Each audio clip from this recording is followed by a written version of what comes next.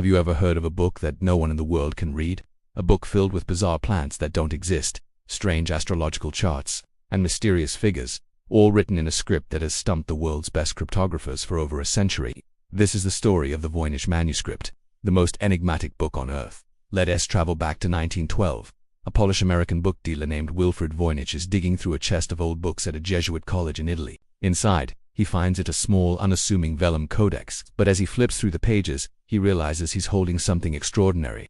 The pages are filled with an elegant flowing script, unlike any known language. The illustrations are even stranger, fantastical plants that look like a botanist's fever dream.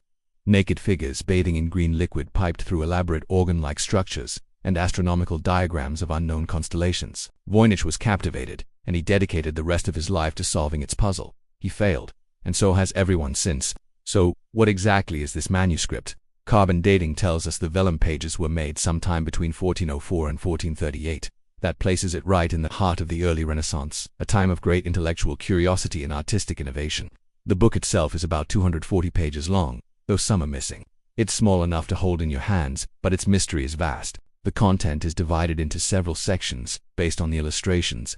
First, there's the botanical section, which takes up nearly half the book. Each page features a detailed drawing of a plant, accompanied by that unreadable text. The problem is, experts have only been able to tentatively identify a tiny handful of these plants. The rest appear to be complete fantasies, combining roots, leaves, and flowers from different species in ways not found in nature. Are they real plants that have gone extinct, or are they purely from the author's imagination?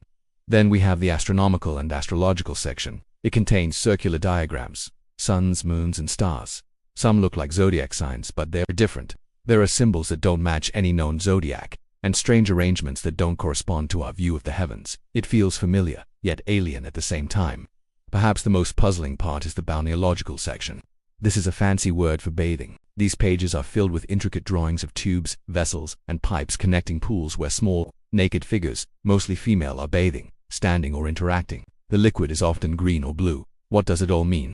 Is it a manual on health and hygiene, an allegory for human reproduction, or something else entirely? Some of the figures wear crowns, adding another layer of mystery.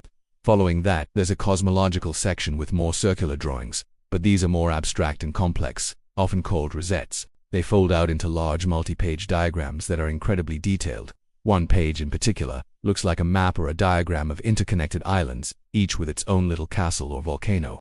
It's a cartographer's nightmare because it doesn't seem to map to any place on Earth. Finally, the manuscript ends with a pharmaceutical section. Here you see parts of plants like roots and leaves depicted next to what looked like apothecary jars. This is followed by pages and pages of solid text, with small, star-like markers in the margins, almost like recipe entries. This has led many to believe the book is some kind of medical or alchemical manual, but a recipe book in a language no one can read isn't very useful, is it? So, the big question remains, what does it say? Over the years, countless theories have emerged. The first and most obvious is that it's a code. During World War I and II, top code breakers, including the legendary William Friedman who helped crack Japan's Purple Code, turned their attention to the Voynich manuscript. They applied every cryptographic technique they knew. Their conclusion: it doesn't behave like a simple substitution cipher. The patterns of the words and letters are strange. Some characters appear only at the beginning of words, others only at the end. Certain words are repeated multiple times in a row. It has a definite structure, a linguistic pattern that feels natural, which led Friedman to believe it was a constructed, artificial language, like the ones J.R.R. Tolkien would later create. This leads to another popular theory. The manuscript is an elaborate hoax. Perhaps it was created by a clever con artist in the 15th or 16th century to fool a wealthy patron, like the Holy Roman Emperor Rudolf II, who was known for his fascination with alchemy and the occult. The theory goes that the text is just meaningless gibberish, beautifully written to look like a real language, but there are problems with this idea. Creating over 200 pages of consistent-looking gibberish is incredibly difficult. Statistical analysis of the text shows it has features of a real language, like entropy and word distribution, that are hard to fake. Plus, why go to the trouble of creating such detailed and specific illustrations if the whole thing is nonsense? Let's explore some of the more specific, and sometimes wild, theories. One recent idea, aided by AI, suggested the language might be a lost form of Proto-Man's language or even an ancient dialect of Hebrew, with the word scrambled. Researchers claim to have translated a few words like coriander, hellebore, and juniper by matching them to the plant illustrations. However, these claims have been heavily criticized by the wider academic community. The translations are often forced and don't lead to a coherent reading of the rest of the text. Another fascinating theory is that it was written by a specific historical figure. Some have pointed to a young Leonardo da Vinci, given his genius for invention and coded writing. Others suggest Roger Bacon, a 13th century friar and scientist who was ahead of his time. However, the carbon dating of the manuscript to the early 15th century makes both of these attributions unlikely. What if it's not a Western European language at all? One compelling theory suggests it might originate from Central America. A researcher from the University of Colorado Boulder pointed out that one of the plants resembles a type of soap plant native to Mexico, and some of the diagrams look similar to Aztec illustrations. Could it be a lost Aztec dialect, written down by someone to preserve their knowledge after the Spanish conquest? It's a tantalizing idea, but again, the evidence is not definitive. So, where does that leave us?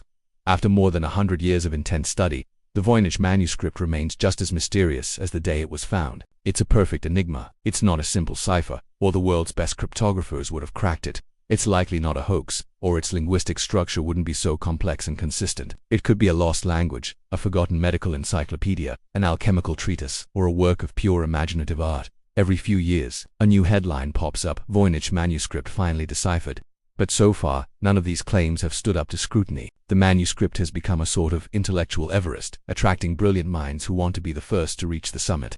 The book now resides in Yale University's Voynich Rare Book and Manuscript Library, where it is known simply as Mies 408. It's been fully digitized. So anyone in the world can go online and try to unlock its secrets, and maybe that's the point.